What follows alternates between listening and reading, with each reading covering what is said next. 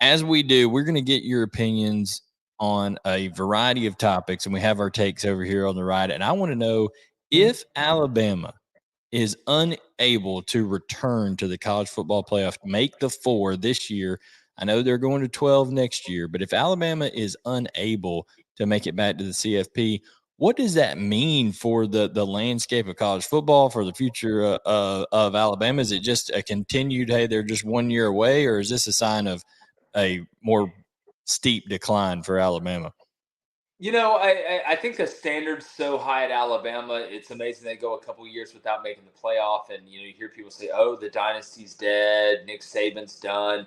Now, look, Alabama doesn't have the monopoly on the line of scrimmage that they had for a while under Nick Saban when he built Alabama up. You see them this year. To me, and I've talked about this on multiple occasions. I think the spectrum of results could be anywhere from 9-3 to 12-0. I mean, would you really be shocked if Alabama went out there and went 12-0? Would you really be absolutely blown out of the water if they went 9-3? You're breaking in a new quarterback. If Latham doesn't kick over to left tackle, you're going to have somebody with 0 starts there. Even though they recruited at an unbelievably high level, that still takes a little bit of time. You're having to replace some other parts up front. Obviously, Bryce Young's gone. The quarterback battle now, we're hearing, may go into at least week 2 against Texas. There's more unknowns right now when it comes down to Alabama than there has been in a while. And I think it would be more of a transitory thing. They're changing their scheme and trying to get that identity back to the bully ball, old A.J. McCarron, Jacob Coker days of let's get in 12 personnel and play a game of let's play physics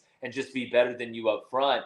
But I don't think it's a panic if they don't make it this year. I don't expect them making it. We're actually releasing our predictions on Crain and Company. The SEC predictions are our Final Four for college football, then our national champion and Heisman winner Friday. So you'll know kind of where I stand on Alabama after that. But I don't think there's any time to panic. To be honest with you, it would almost be better for the rest of college football if Nick Saban then went undefeated and then he won the Natty and then retired. Like at some point, because I think the longer he goes without finishing on the mountaintop, the longer he stays. And if you know Nick Saban, one of the most underrated qualities and one of the many reasons why he is the greatest of all time is even when he gets to the top, he's malleable. He can adjust with the game. We saw him complain about the hurry-up, no-huddle offense. Then what does he do?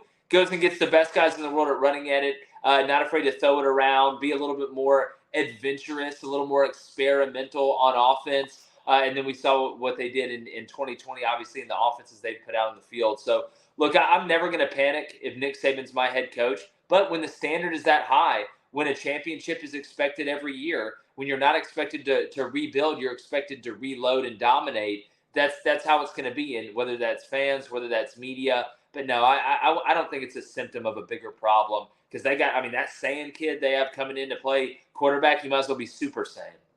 Yeah, and he's tough for sure. He's a good quarterback out of Carlsbad, California, out there. But speaking of the recruiting element of things, I used to cover recruiting for rivals and would talk to a lot of prospects and things. I had more than one Alabama prospect being recruited by Saban tell me, Jake, that the deal with ESPN and Saban is done, inked. Whenever he wants to go and do it, he can go do it.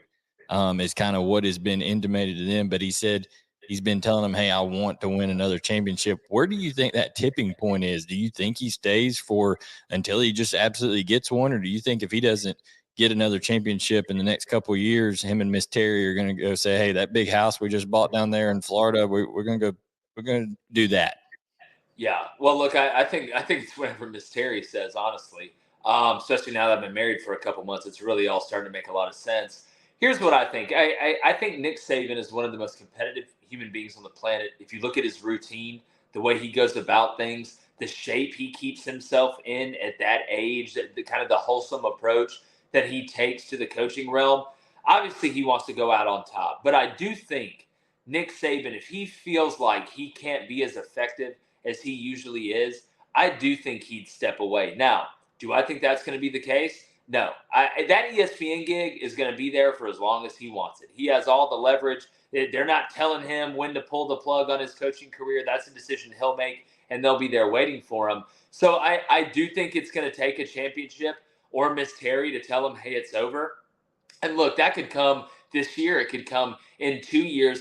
But Nick Saban, I don't think has lost any steam. But the minute he feels like he can't be the guy that he's always been, that's when he'll step away.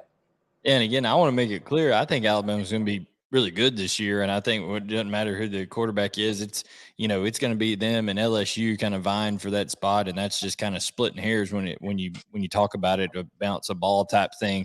But that game is in Tuscaloosa this year, so we'll see how that all plays out.